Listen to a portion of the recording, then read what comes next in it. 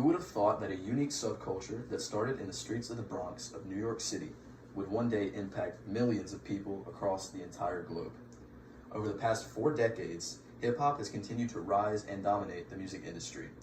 I grew up listening to hip-hop, and it's always been one of my favorite music genres.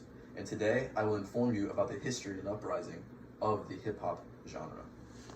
It all started on 1520 Sedgwick Avenue of the Bronx in New York City, New York.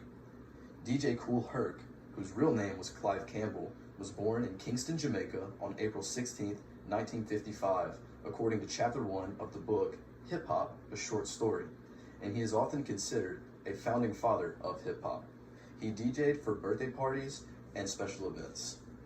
He noticed at his parties that people would dance more at drum breaks where the beat would play by itself.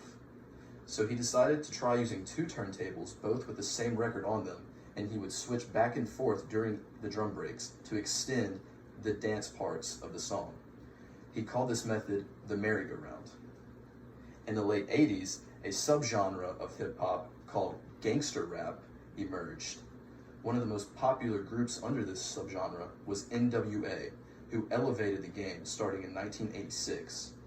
The 5 original members were Eazy-E, Ice Cube, Dr. Dre, MC Ren, and DJ Yella. They were based out of Compton, California, and in 1988, they released the hit album Straight Outta Compton, according to Chapter 3 of the book, The History of Gangster Rap, From Schoolie D to Kendrick Lamar, The Rise of a Great American Art Form.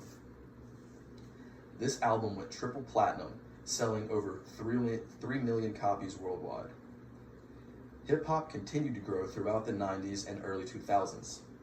Many notable names came out in the 90s, such as Eminem, Jay-Z, and Tupac Shakur. Rappers like Eminem and Tupac revolutionized what it meant to be an MC, bringing more meaning to their words. An MC is the blanket term used for someone who raps on a beat.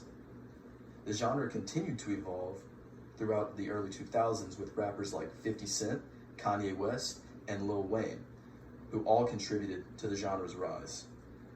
All these artists, with the exception of Tupac, who was murdered in 1996, still make music to this day. Tupac's murder shook the community, as he was a young and upcoming star who is considered by many to be the greatest of all time. Many movies based off the lives of these rappers have been made since then, such as 8 Mile, which is based off the life of Eminem, and Straight Outta Compton, which is based off the uprising of NWA. Lil Wayne recently dropped his hit album Funeral, which has dominated the charts like many others before, becoming his 5th #1 album.